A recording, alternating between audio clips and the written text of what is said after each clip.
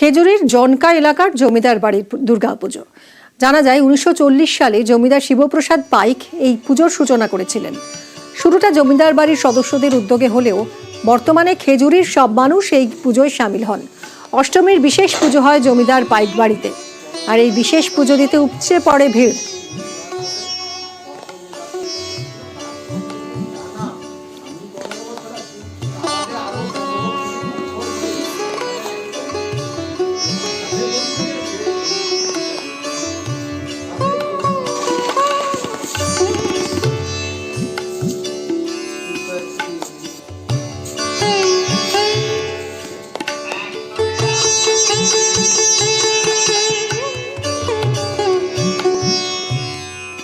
পুজো এবছর 85তম বৎসরে পড়েছে।